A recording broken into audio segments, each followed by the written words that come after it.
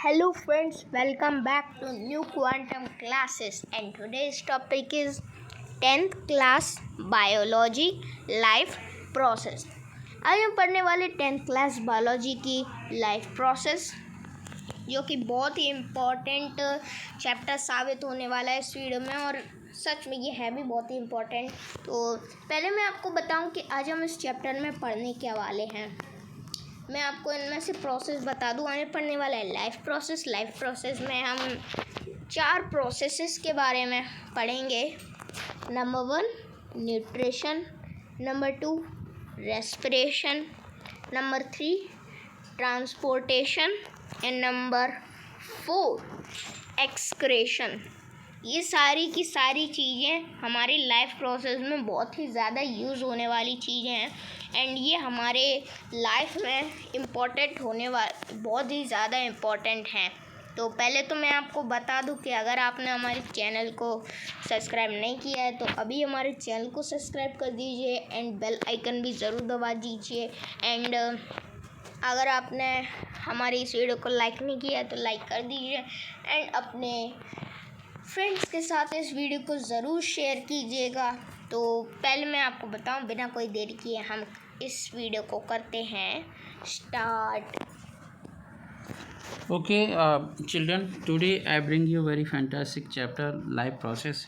In this life chapter के अंदर हम कुछ important points पढ़ेंगे और उन important point की मैं थोड़ी सी डिटेल बताऊंगा, ज़्यादा नहीं बताऊंगा, ठीक है। और ये चार्ट इस पेज पर जो चार्ट ये दिखा रहा है कि आपको ब्रीफ्स करनी है, ठीक है। ब्रीफ कर लेंगे, ब्रीफ देखेंगे। तो सबसे पहले हम बात करते हैं लाइफ प्रोसेस में सबसे इम्पोर्टेंट फर्स्ट प्रोसेस की, जिसे हम न्यूट्रिशन कहते हैं। तो न्यूट्रिशन एक ऐसा प्रोसेस है जिसमें कोई भी ऑर्गेनिज्म क्या करता है और खाने को खाता है,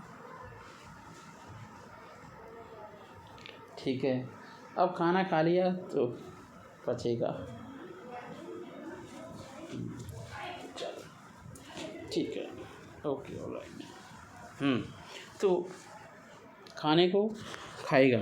अब सबसे पहले हम क्लासिफिकेशन देख लेते हैं, उसके बाद देखते हैं जो आपका न्यूट्रिशन होता है वो अलग अलग टाइप का न्यूट्रिशन है।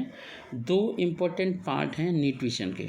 सबसे फर्स्ट पार्ट है आपका ऑटोट्रॉपिक न्यूट्रिशन। इस ऑटोट्रॉपिक न्यूट्रिशन में 2 टाइप की प्रोसेस आपको देख रहे हैं कि जैसे आपका फोटोट्रॉपिक होते हैं, फोटोट्रॉपिक, और आपका कैमियोट्रॉपिक होता है। कैमियोट्रॉपिक और फोटोट्रॉपिक, ऑटोट्रॉपिक में ही आता है। तो ये आपका मतलब क्या है इसका, जो आपका ये आपका न्यूट्रिशन का जो आपका ऑटोट्रॉपिक है।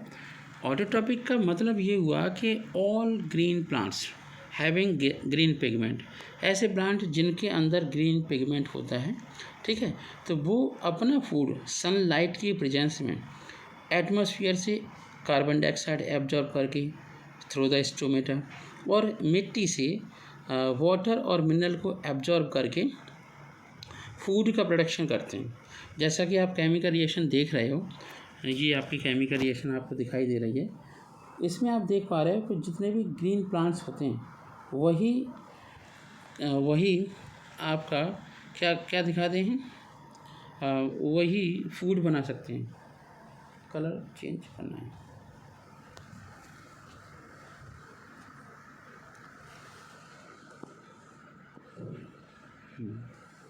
Dark, okay, it is fine now. तो हम देखेंगे कि जैसे कार्बन डाइऑक्साइड है, ओके, H2O है और लाइट भी है। तो आप देख रहे हैं CO2, ठीक है, और वाटर, ये लाइट और क्लोरोफिल। तो आपके 4 थिंग हो गए, कितने हो गए, 4, ठीक है। तो आपका कार्बन डाइऑक्साइड और वाटर,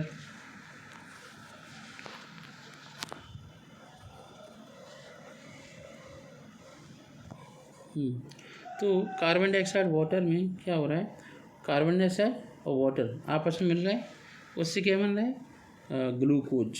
ग्लूकोज का फॉर्मूला क्या है, C6H12O6 + 6H2O। तो फोटोसिंथेसिस की प्रोसेस में प्लांट क्या करते हैं, कार्बन डाइऑक्साइड को स्टोमेटा से एब्जॉर्ब करते हैं, एक्सचेंज करते हैं।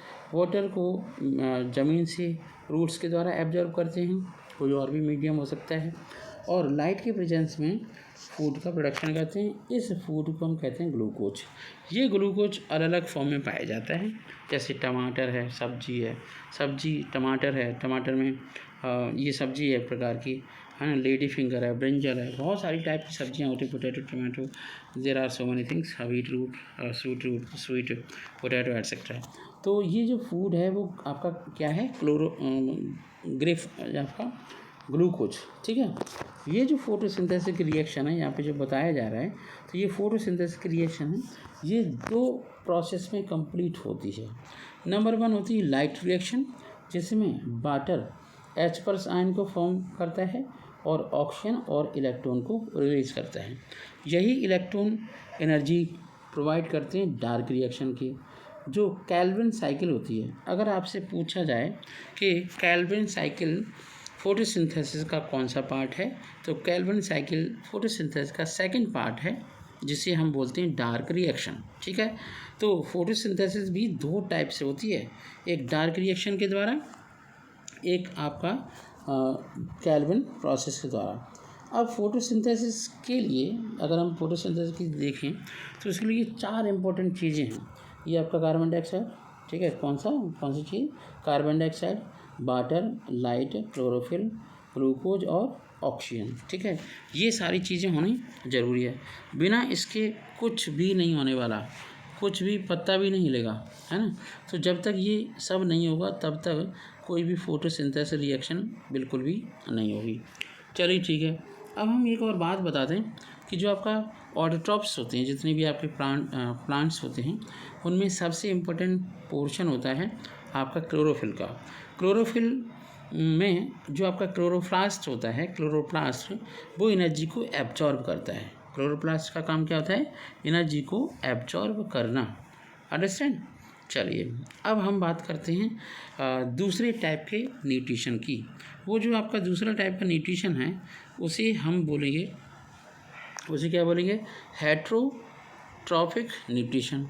अब हम हेट्रोट्रॉपिक न्यूट्रिशन को पढ़ने से पहले हम थोड़ा सा अपनी ये स्लाइड को सही कर लेते हैं। ये रही हमारा, ये रहा पोर्शन हेट्रोट्रॉपिक न्यूट्रिशन का, ठीक है। हेट्रोट्रॉपिक न्यूट्रिशन में आप क्या ऑब्जर्वेशन कर रहे हो, ये भी आपका 3 टाइप का न्यूट्रिशन है। एक है आपका सैप्रोट्रॉपिक न्यूट्रिशन, ठीक है, सैप्रोट्रॉपिक, और ये आपकी फंजाई ईस्ट सैप्रोफाइट्स होते हैं। पहले सैप्रो का मतलब समझिए, सैप्रो का मतलब होता है रोटन, क्या होता है, रोटन, और ट्रॉपिक का मतलब होता है प्लांट और प्लांट्स जिनके अंदर ग्रीन पिगमेंट नहीं होता, नो क्लोरोप्लास्ट, क्या नहीं होता, नो क्लोरोप्लास्ट, ठीक है। या फिर हम कह सकते हैं no green pigment. Green pigment का मतलब ये है आपका क्लोरोप्लास्ट नहीं होता। तो इसमें आपके कौन कौन से ऑर्गेनिज्म आ जाते हैं, देखिए इसमें जो आपके फंजाई हैं, ठीक है, 2-3 टाइप के फंजाई होते हैं। एक फंजाई होते हैं जो ऐसे ही नॉर्मली पॉइजनस होते हैं, कुछ मशरूम वगैरह होते हैं जो खाने पीने लायक भी होते हैं, फूड के अंदर भी यूटिलाइज होते हैं। कुछ फंजाई जैसे ईस्ट वगैरह होता है वो फर्मेंटेशन के लिए भी काम में आते हैं। तो ये आपके क्या होते हैं, सैप्रोट्रॉपिक आपके मटेरियल, सैप्रोट्रॉपिक प्लांट है, लेकिन इनमें ग्रीन पिगमेंट नहीं है, फिर भी इन्हें प्लांट ही होते हैं। तो सबसे इम्पोर्टेंट नाम क्या है, फंजाई और ईस्ट। एक और बात समझो, यहाँ पर जो फंजाई और ईस्ट की बात हो रही है, तो ये क्या करते हैं, किसी भी गंदे संदे पदार्थ के ऊपर, जैसे ब्रेड वेड है, लकड़ी है, कहीं पर है, तो वहाँ ग्रो कर जाते हैं। उसके अंदर आपका H2O होता है, उसके अंदर मिनरल भी होते हैं। तो ये पहले अपना एंजाइम को उसके अंदर रिलीज़ करते हैं। एंजाइम रिलीज़ करने के बाद फिर खुद उल्टे वो उससे पचाया फूड, डाइजेस्टेड फूड एब्जॉर्ब करते हैं। तभी आपने एक चीज़ नोटिस की होगी कि जितने भी मशरूम होते हैं खाने पीने वाले, पिज़्ज़ा वगैरह पे खाते हैं, तो वह सॉफ्ट होती है, बिल्कुल सॉफ्ट होती है, कोई लकड़ी जैसी कोई चीज़ नहीं होती, ठीक है। तो अब हम बात करते हैं दूसरे टाइप के न्यूट्रिशन को, जिसे हम क्या बोलेंगे, हाँ, दूसरा टाइप का जो न्यूट्रिशन है आपका, ये कहीं पर भी पेज चला जाता है, हाँ, दूसरे टाइप का न्यूट्रिशन है आपका ये रहा, कौन सा है, पैरासाइटिक न्यूट्रिशन। चलो हम पैरासाइटिक न्यूट्रिशन को पहले समझ लेते हैं। तो पैरासाइटिक न्यूट्रिशन में भी फंजाई बैक्टीरिया तो आते हैं, लेकिन पैरासाइट में होता क्या है, पैरासाइट का एक मैटर है कि जैसे कोई एक ऑर्गेनिज्म है, समझना है इस बात को, वो किसी और दूसरे ऑर्गेनिज्म के लिए, वाटर के लिए, है ना, फूड के लिए या शेल्टर के लिए अपनी लाइफ को सर्वाइव कर रहा है। मतलब वो दूसरे ऑर्गेनिज्म के ऊपर डिपेंडेंट है और उसके बनाए खाने को खा रहा है। ठीक है, सबसे अच्छा एग्जाम्पल है अमरबेल। कौन सी होती है, अमरबेल, कुस्कुटा के नाम से जाना जाता है, कुस्कुटा। तो ये अमरबेल होती है, वाइट कलर के थ्रेड, येलो कलर के थ्रेड्स होते हैं, जो बिलायती बमूर पे अक्सर पाई जाती है, बमूर पर भी पाई जाती है। तो ये जो आपके पैरासाइट्स होते हैं, इस पैरासाइट के अंदर ये आपके होते हैं। तो ये होस्ट के ऊपर, होस्ट जिस पर ये ग्रो करते हैं उन्हें होस्ट कहते हैं, और जो ग्रो करते हैं या जो अपनी लाइफ को सर्वाइव करते हैं उन्हें हम पैरासाइट्स कहते हैं। तो दो टाइप के पैरासाइट्स होते हैं, एक होते हैं एक्सटर्नल। कौन से होते हैं, एक्सटर्नल। जैसे दो एनिमल घरेलू बता रहा हूँ, जैसे काव और बफेलो। ठीक है, काव और बफेलो, उनकी बॉडी के ऊपर छोटी छोटी किलोली जैसी होती हैं, लाइस वगैरह होती हैं, है ना, और खटमल होता है, और ये चारपाई वगैरह में हो जाता है। तो ये आपके एक्सटर्नल पैरासाइट्स होते हैं। ठीक है, अब लीच का नाम भी बहुत इम्पोर्टेंट है, लीच होता है, तो ये भी आपका पैरासाइट है। कैसा है, एक्सटर्नल। हमारी आंतों के अंदर कुछ बैक्टीरिया वायरस होते हैं, बैक्टीरिया होते हैं जो इंटरनल पैरासाइट की तरह वर्क करते हैं। हाँ, इंटरनल पैरासाइट मतलब पैरासाइट को खुद खाना नहीं बनाना, वो होस्ट के ऊपर अपनी लाइफ को सर्वाइव कर रहा है। ठीक है, ये आपके पैरासाइट्स थे। अब बात करते हैं हेट्रोट्रॉपिक न्यूट्रिशन के सबसे इम्पोर्टेंट पार्ट की, जिसे बोलते हैं, सबसे पहले हम देखेंगे अमीबा के अंदर। तो अमीबा एक ऐसा यूनिक ऑर्गेनिज्म है जो केवल और केवल एक ही सेल से बना होता है। ये अपने आप में बहुत यूनिक इसलिए है कि ये टेढ़ा मेढ़ा होता है, किसी भी शेप का बना लो। इसी आपके अमीबा के अंदर एक तो न्यूक्लियस होता है, ठीक है, और फूड वैक्यूल क्रिएट हो जाता है जब ये खाना खाता है तब, और ऐसे कॉन्ट्रैक्टाइल वैक्यूल भी क्रिएट होता है जब ये अपनी गंदगी को बाहर सेल फट जाती है, मतलब ये सेल से बाहर ऐसे एक्सक्रीट करता है तब। एक ही सेल है, सारी कहानी एक ही सेल में पूरी हो रही है। जैसे ही इसके पास कोई फूड पार्टिकल आता है, नॉन लिविंग का या लिविंग का, तो ये क्या करता है, ये फिंगर लाइक प्रोजेक्शन बनाना शुरू कर देता है और उसे घेर लेता है। जैसे ही घेर लेता है तो वो पदार्थ अपने अंदर फूड वैक्यूल के अंदर, स्पेशली फूड वैक्यूल के अंदर, जैसे ये आपका फूड वैक्यूल है, यहाँ पे ये पार्टिकल आ गया फूड है, और ये आपका न्यूक्लियस है ही, ठीक है, ये आपका कॉन्ट्रैक्टाइल वैक्यूल है। जैसे ही फूड आया तो पहला काम जो उसने किया, खाने को खाया। ये फैगोसाइटोसिस से होता है। क्या होता है, फैगोसाइटोसिस की प्रोसेस से पॉसिबल हो पाता है।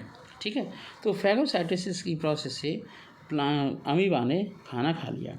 अब उसकी एक सिंगल सेल के अंदर वो फूड पहुंच गया, उसका होगा डाइजेशन।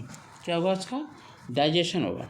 तो एंजाइम्स के द्वारा उसी एक सेल के अंदर डाइजेशन हो गया। तो पहला काम तो हो गया फैगोसाइटोसिस, मतलब इनगेशन। क्या हो गया, इनगेशन।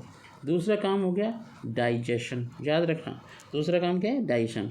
और तीसरा काम है आपका एब्जॉर्प्शन, ABSORPTI1, एब्जॉर्प्शन। ठीक है, और चौथा काम होता है एसिमिलेशन, ASSIMILATION, एसिमिलेशन। और फिफ्थ होता है बॉडी से बाहर निकालना, इगेशन।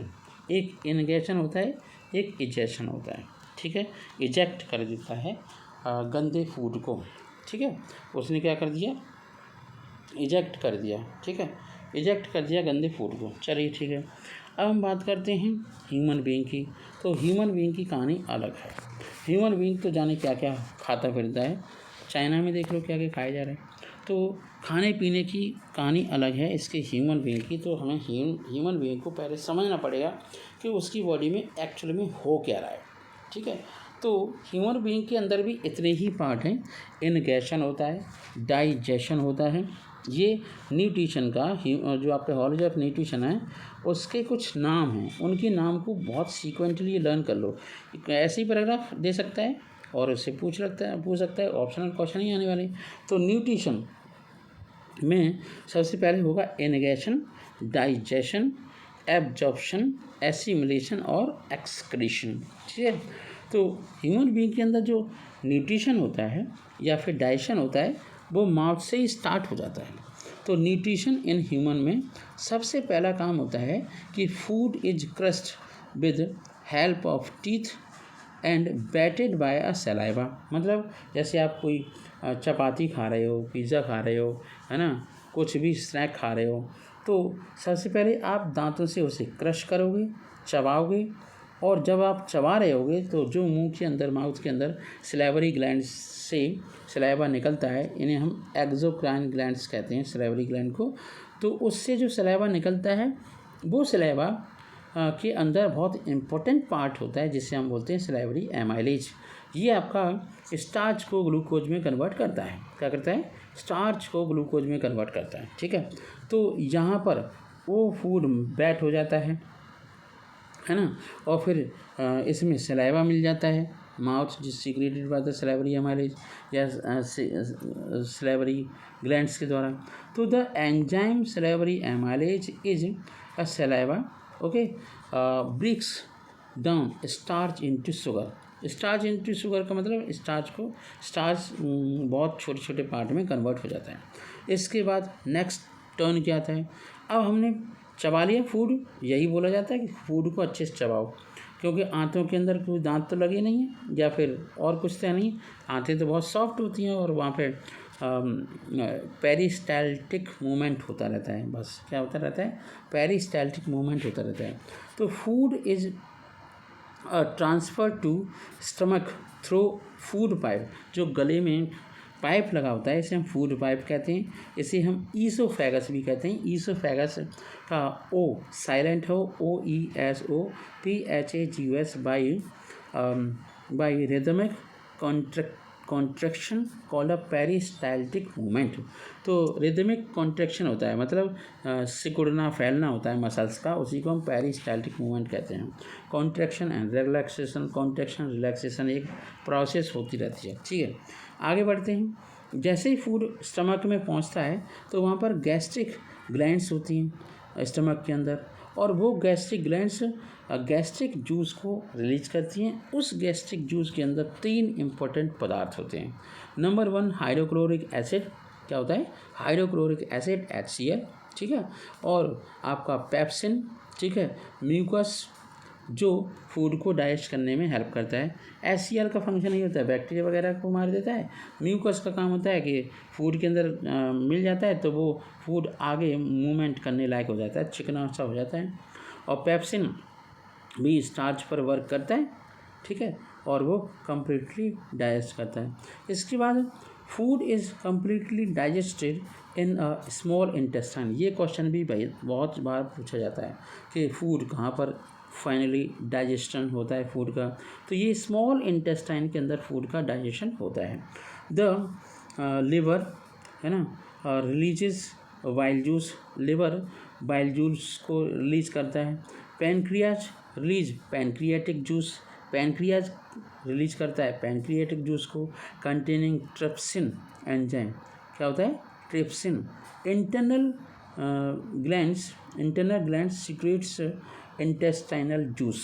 ठीक है, इंटेस्टाइनल जूस से पूरा फूड डाइजेस्ट हो जाता है और आगे मूवमेंट करना शुरू हो जाता है। ठीक है, स्मॉल इंटेस्टाइन के अंदर एक और सबसे इम्पोर्टेंट फिंगर लाइक स्ट्रक्चर्स होती हैं जिन्हें हम विलस या विलाई कहते हैं। बहुत सारी होती हैं और इन विलस और विलाई के ऊपर छोटी छोटी माइन्यूट ब्लड कैपिलरीज होती हैं, थाउजेंड्स लाख्स ऑफ में। तो वो कैपिलरीज जो पचे पचाए फूड को एब्जॉर्ब कर लेती हैं। पचे पचाए फूड को क्या करती हैं? एब्जॉर्ब कर लेती हैं। Let me see what is happening. See अंबर क्या हो गया?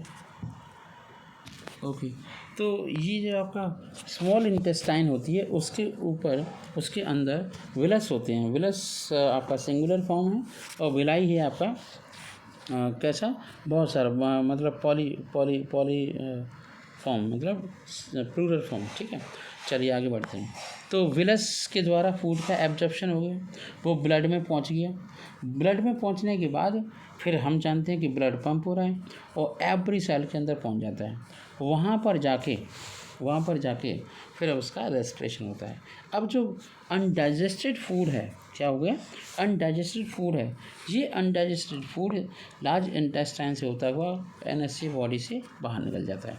चलिए अब यहाँ पर एक इम्पोर्टेंट पॉइंट ये दिया गया है, जैसे ये सब हमने बता दिया है, इन्गेशन होता है, डाइजेशन होता है, एसिमिलेशन होता है और इजेशन होता है। तो 4 इम्पोर्टेंट प्रोसेस होती हैं, वो ह्यूमन बीइंग के अंदर भी होती हैं, चाहे अमीबा हो उसके अंदर भी होती हैं, ठीक है। देखो ह्यूमन बीइंग के बारे में ये थोड़ी सी बातें बताई गई हैं, ये सीक्वेंस पूछी जाती है, तो आप सीक्वेंस पर विशेष ध्यान दें। अभी तक हमने थोड़ा सा डिटेल में एक्सप्लेन किया था, अब हम सारे पॉइंट्स को दिखा देते हैं। ये मैंने आपको दिखा दिया, ये आपका जैसे ह्यूमन बीइंग है तो एलिमेंट्री कैनाल होती है, इस एलिमेंट्री कैनाल के कुछ पार्ट होते हैं, जैसे आपका माउथ होता है, फेरिंग्स होता है, ईसोफेगस, फेरिंग का मतलब गलफड़ा, आपके गला का जो पोर्शन होता है, ईसोफेगस नली होती है, फूड पाइप होता है, फिर स्टमक होता है, स्टमक के बाद स्मॉल इंटेस्टाइन और लार्ज इंटेस्टाइन। ये सारा का सारा मैंने बहुत अच्छे से एक्सप्लेन कर दिया है। अब एक और पोर्शन होता है जिसे हम डाइजेस्टिव ग्लैंड्स के नाम से जानते हैं। ये डाइजेस्टिव ग्लैंड्स बहुत इंपॉर्टेंट होती हैं, इनके नाम हम स्टार्ट करते हैं, माउथ से स्टार्ट हो जाता है डाइजेस्टिव ग्लैंड का नाम। तो सलेवरी ग्लैंड्स होती हैं जिससे सलेवा निकलता है और सलेवरी एमाइलेज रिलीज होता है, जो ग्लाइकोज स्टार्च को डाइजेस्ट करता है शुगर के अंदर, ठीक है। इसके बाद गैस्ट्रिक ग्लैंड्स होती हैं, गैस्ट्रिक ग्लैंड का मतलब स्टमक के अंदर ग्लैंड्स होती हैं। इससे 3 चीज़ें 1 2 3 कौन कौन से, HCl, एंजाइम और म्यूकस रिलीज होता है, HCl, एंजाइम और म्यूकस रिलीज होता है, ठीक है। इसके बाद बात करते हैं लिवर की। लिवर बाइल जूस रिलीज करता है, क्या रिलीज करता है, बाइल जूस, ठीक है, जो फूड के मीडियम को चेंज कर देता है। इसके बाद पैनक्रियाज की बात करते हैं। पैनक्रियाज पैनक्रियाटिक जूस को रिलीज करता है। जब फूड डाइजेस्ट हो जाता है तो फूड, अब हम नेक्स्ट पोर्शन पर आ जाते हैं। अब बात स्टार्ट होती है, देखिए न्यूट्रिशन का पोर्शन एकदम से ख़त्म हो चुका है, उसमें आपको कुछ रहा नहीं है, बहुत सारी चीज़ें मैंने एक्सप्लेन कर दी। अब हम बात करते हैं रेस्पिरेशन की।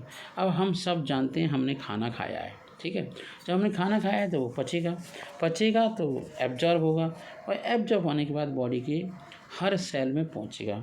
वहाँ पर एक खेल शुरू होगा, एक नया अध्याय शुरू होगा, जिसे हम बोलते हैं रेस्पिरेशन। और रेस्पिरेशन एक सेलुलर रेस्पिरेशन के नाम से भी जानते हैं इसे, मतलब सेल के अंदर सब कुछ होगा, ठीक है। तो ये जो आपका रेस्पिरेशन वर्ड है, ये आपका 2 टाइप का रेस्पिरेशन होता है, एक होता है एरोबिक रेस्पिरेशन, एक होता है एनएरोबिक रेस्पिरेशन। अब देखो एरोबिक रेस्पिरेशन का मतलब क्या है वो देखो, मतलब रेस्पिरेशन की वह process, a process of respiration in which smaller amount of oxygen और absent of oxygen is present, मतलब sorry in this process takes place in absence of the oxygen, ठीक है। ये प्रोसेस ऑक्सीजन की एब्सेंस में होती है, किसकी एब्सेंस में होती है, ऑक्सीजन की एब्सेंस में, ठीक है। तो ये प्रोसेस ऑक्सीजन की एब्सेंस में होती है। अभी हम एनएरोबिक रेस्पिरेशन की बात कर रहे हैं, किसकी बात कर रहे हैं, एनएरोबिक रेस्पिरेशन की। तो ये आपका जो एनएरोबिक रेस्पिरेशन होता है, एनएरोबिक रेस्पिरेशन, ये आपका ऑक्सीजन इसमें ज़रूरत नहीं होती। एनएरोबिक रेस्पिरेशन के अंदर ग्लूकोज सबसे पहले साइटोप्लाज्म में जाता है, कहाँ जाता है, साइटोप्लाज्म में। तो वहाँ पर ये ग्लूकोज पायरुविक एसिड में कन्वर्ट हो जाता है, किस में कन्वर्ट हो जाता है, पायरुविक एसिड के अंदर, ठीक है। तो पायरुविक एसिड में कन्वर्ट होने के बाद फिर आगे थोड़ा सा कन्वर्ट होगा आपका इथाइल एल्कोहल और कार्बन डाइऑक्साइड में, किस में कन्वर्ट होगा, इथाइल एल्कोहल और कार्बन डाइऑक्साइड में, और केवल 2 ATP बनेंगे। अब देख रहे हो हमारी लाइफ चलाने के लिए बहुत ज़्यादा एनर्जी चाहिए, एनएरोबिक रेस्पिरेशन में ऑक्सीजन है ही नहीं, तो केवल 2 ATP बन रहे हैं, और हमें चाहिए ज़्यादा, तो हमें ऑक्सीजन लेनी पड़ेगी, सीधी सी बात है। इस सीक्वेंस को कभी नहीं भूलें, ग्लूकोज, पायरुविक एसिड और आपका इथाइल एल्कोहल, इसके एरो पे क्या लिखा हुआ है वो ज़्यादा इम्पोर्टेंट है। देखो, ग्लूकोज से साइटोप्लाज्म के अंदर है ना पायरुविक एसिड में कन्वर्ट हो रहा है, 2 मॉलिक्यूल बन रहे हैं पायरुविक एसिड के। और एब्सेंस ऑफ ऑक्सीजन में ईस्ट के अंदर जब हम फर्मेंटेशन देखते हैं तो वो तो कौन सा पदार्थ बनता है, इथाइल अल्कोहल। और यही प्रक्रिया अगर मसल्स में हो रही है, किस में हो रही है, मसल्स के अंदर, तो बनता है आपका बनता है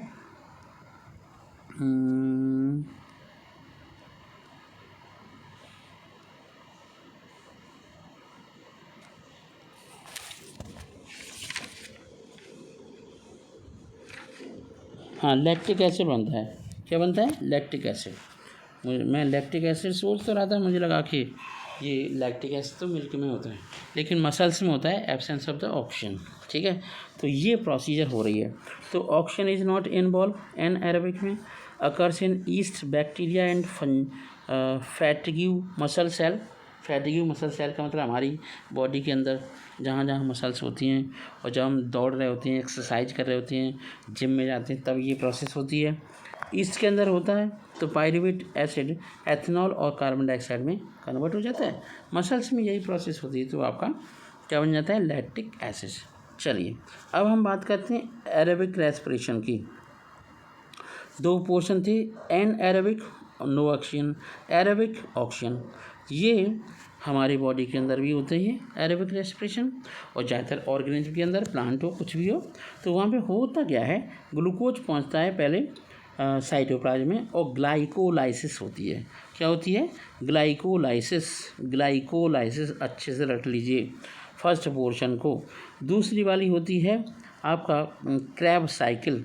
तो जो आपका ऑक्सीडेशन हो रहा है फूड का, या फिर कह सकते हैं एरोबिक रेस्पिरेशन हो रहा है, वो 2 पार्ट में हो रहा है। एक तो होता है ग्लाइकोलाइसिस के पार्ट में, एक होता है क्रैब साइकिल के पोर्शन में। तो ये आपका कार्बन डाइऑक्साइड H2 और ATP है ना, इसकी फॉर्म में होता है।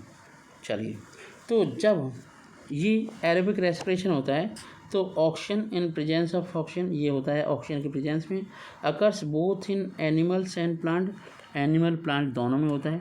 इसका मतलब ये है कि प्लांट और कार्बन डाइऑक्साइड तो एब्जॉर्ब करते हैं, ऑक्सीजन भी यूटिलाइज करते हैं, पर स्लो प्रोसेस होती है, हमारी बॉडी में बहुत तेज़ प्रोसेस होती है। अच्छा, glucose is broken down into pyruvate in the cytoplasm which further break down into carbon dioxide, water and energy in mitochondria. इसलिए माइटोकॉन्ड्रिया को power house of a cell कहते हैं। क्या बोलते हैं, power house of a cell. ठीक है, ये आपकी aerobic respiration and aerobic respiration हो गया। अब हम बात करते हैं रेस्पिरेशन इन प्लांट्स। तो रेस्पिरेशन इन प्लांट्स सिंपली ये हो जाएगा, लेंटिसिल वगैरह होते हैं, कार्बन डाइऑक्साइड और ऑक्सीजन का लेन देन आपका स्टोमेटा से होता है। किससे होता है, स्टोमेटा से। ठीक है, तो स्टोमेटा से होता है, तो प्लांट में के अंदर इस तरीके से ये प्रोसेस होती रहती है। अगर हम रेस्पिरेशन इन एक्वाटिक एनिमल देखें, किसके अंदर, रेस्पिरेशन इन एक्वाटिक एनिमल। ये जो हम एक्वाटिक एनिमल है, ये चलो यहाँ पे देख लेते हैं, ह्यूमन बीइंग को तो हम बाद में देखेंगे। ये रहा एक्वाटिक एनिमल, ये आपका गिल्स में हो, गिल्स की वजह से होता है। तो एक्वाटिक एनिमल के अंदर जो रेस्पिरेशन हो रहा है उसकी प्रोसेस आप स्टार्ट करिए और समझिए। देखिए वो क्या करती हैं, पानी के अंदर होती हैं, उनके अंदर ये आपकी गिल्स होती हैं। गिल्स में H2O जैसे ही प्रवेश करता है तो वहाँ पे कैपिलरीज होती हैं, ब्लड की वेसल्स होती हैं, वो कैपिलरीज उसी के साथ जुड़ जाती हैं। ठीक है, उसके साथ ही जुड़ जाती हैं, मतलब कैपिलरीज के अंदर ब्लड है, ब्लड के साथ ऐड हो जाती है क्या, ऑक्सीजन, वो बॉडी में पहुंच जाता है। ये आपका प्रोसेस होता रहता है। ठीक है, अब हम बात करते हैं रेस्पिरेशन इन फ्रॉग। फ्रॉग के अंदर स्किन के द्वारा रेस्पिरेशन होता है। फ्रॉग के अंदर किसके द्वारा होता है रेस्पिरेशन, आपका स्किन के द्वारा। हमारी बॉडी स्किन के द्वारा रेस्पिरेशन नहीं कर सकती, क्योंकि फ्रॉग की स्किन बहुत हल्की होती है और उसे कम एनर्जी की आवश्यकता होती है। ठीक है, और ये तो आप जानते ही हो। अब हम बात करते हैं respiration in human being. Human being के अंदर रेस्पिरेशन जब होता है वो पूरा प्रॉपर ह्यूमन रेस्पिरेटरी सिस्टम होता है। क्या होता है? Human respiratory system. इस ह्यूमन रेस्पिरेटरी सिस्टम के अंदर कुछ पोर्शन होते हैं। क्या होते हैं? चलो कुछ नाम होते हैं, वो हम थोड़ा सा डिस्कस करते हैं। ये नाम है, चलिए ये नाम ह्यूमन रेस्पिरेटरी सिस्टम में क्या क्या पार्ट होते हैं वो देखते हैं। सबसे पहले हम देखते हैं नॉस्ट्रिल, जिससे है ना, जैसे हम हैं, एनिमल है, तो नॉस्ट्रिल नाक के जो ओपनिंग होती है नॉस्ट्रिल कहते हैं, उससे ऑक्सीजन कार्बन डाइऑक्साइड गैस बाहर जाती है, ऑक्सीजन अंदर जाती है। नासल कैविटी नोज की पाइपलाइन मान लो। फेरिंग्स जो हमारे गलफड़े हैं उससे होती हुई आगे चलती है, फिर वो ट्रैकिया में पहुंचती है। तो इसका मतलब ये है कि गले के अंदर हमारे दो हैं नलियाँ, एक तो खाना खाने की नली और उसके ठीक सामने आपकी है आपकी ट्रैकिया, जो गोल छल्ले दार कार्टिलेज से बनी होती है एक पाइपलाइन, जिसे हम ट्रैकिया कहते हैं। फिर आपकी ब्रोंची होती है, मतलब ट्रैकिया के दो पार्ट ऐसे, ये आपकी ट्रैकिया ऐसे छल्लेदार बनी हुई है, और ये आपकी ब्रोंची है। ब्रोंची में और कहानी है, ये आपके अंगूर के गुच्छे की तरह होते हैं। आपकी ब्रोंची वो एल्वियोली होते हैं। क्या होते हैं? ब्रोंचियोल्स या एल्वियोली। चलिए अब ये प्रोसेस हम थोड़ा सा देखते हैं। मतलब जैसे ही हमने सांस ली, air enters the nostril and is filtered by fine hair lining of the passage. तो हमें ये सलाह दी जाती है कि हमें नाक से सांस लें। नाक के अंदर हेयर्स होती हैं छोटे छोटे, उससे आपकी छन जाती है। और आपने देखा हो जब आप मिट्टी में काम कर रहे होते हैं, भूसे वूसे का काम करते हैं, है ना, तो नाक के अंदर बहुत सारी गंदगी इकट्ठी हो जाती है, फिर बाहर घूम रहे होते हैं, तो उसे नाक को साफ़ कर देते हैं, कोई बात नहीं। तो इससे पता चलता है कि नोज गंदगी वगैरह को एब्जॉर्ब करने के काम होती है। और नोज देखते हैं, नोज के अंदर थोड़ा सा पानी जैसा चिपचिपा पदार्थ आता रहता है, जिससे वो गंदगी और बैक्टीरिया उसमें चिपक जाते हैं, फिर नोज से बाहर निकल जाते हैं। चलिए आगे बढ़ते हैं। यही नोज से होता हुआ on breathing in the rib में क्या होगा? रिब लिफ्ट अप, सांस ली, रिब लिफ्ट अप हो गई। डायफ्राम फ्लैटेंड हो गया। डायफ्राम मस्कुलर पोर्शन ऑफ ये आपकी चैम्बर अलग होता है आपका, ये वाला जो आपका लंग्स वाला जो पोर्शन है वो चैम्बर अलग हो जाए। तो chest cavity become a larger, air moves in and air enters in the lungs. अब एयर जो होती है लंग्स के अंदर किससे एंटर करती है? एल्वियोली से। यहाँ पर एल्वियोली मैंने बता दिए, ये पोर्शन मैंने आपको बता दिया, ये ट्रैकिया है, ये आपका लंग्स हैं, ये उसके अंदर छोटी छोटी एल्वियोली में उसमें आपके एयर आ गई। ठीक है। In lungs air enters alveoli where exchange of gases take place. तो अंदर एल्वियोली के अंदर ऑक्सीजन का वो डेंसिटी कम होती है, CO2 की डेंसिटी ज़्यादा होती है, वहाँ पर ऑक्सीजन